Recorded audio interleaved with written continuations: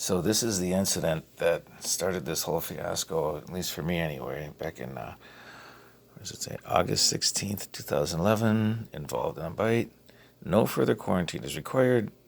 Need to take no further action at this time. That's because the dog didn't actually do anything wrong. According to the neighbor lady who brought her toddler over to pet Sammy, Sammy didn't hear him coming up from behind, and when the kid reached down to pet Sammy, it startled him, and he spun his head around, but the kid's head was right there, and so he hit him hard in the face with his snout, spinning around trying to see what happened. According to the vet and the police officer and the mother, Sammy did nothing wrong. He was completely innocent, but Tammy needed the dog to die. This is how vicious she is. She told Maggie that she wasn't even allowed to give the dog away to somebody else because, quote, the same thing might happen again. So Maggie had to kill an innocent dog she loved. It was a member of the family, of course. A Jack Russell Terrier full of piss and vinegar that everybody loved, and he was a good, happy, friendly dog. Not a vicious dog at all, but he had to die.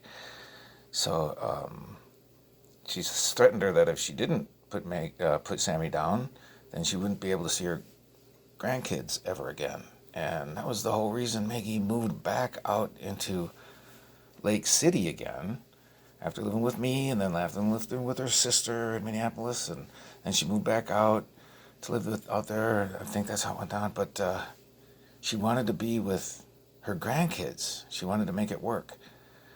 And now she's being told that if she doesn't kill her dog, she'll never be able to see him ever again in her life. She didn't kill the dog. Tammy followed through with her threat, and now they're living in a side-by-side double bungalow with great big bay windows in Lake City, and Maggie's not allowed to have any contact with her grandkids that live right next door in the connected house.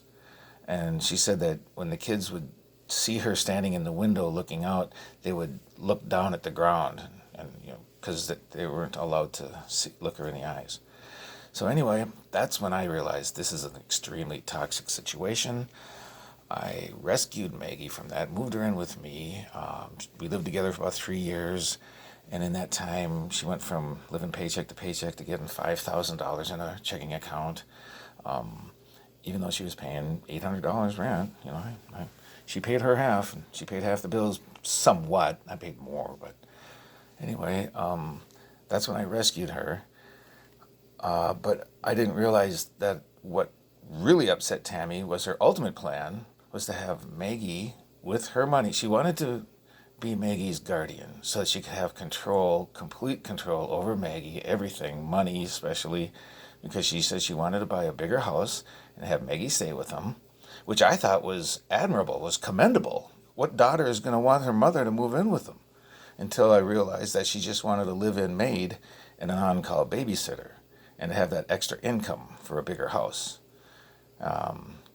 So that's why Tammy was... This is what I assert. This is why really got Tammy going. And she is the absolute evil. I mean, she needed Maggie to kill her dog when no one else did. Why? What was the reason for that? Just because she wanted a blood tribute.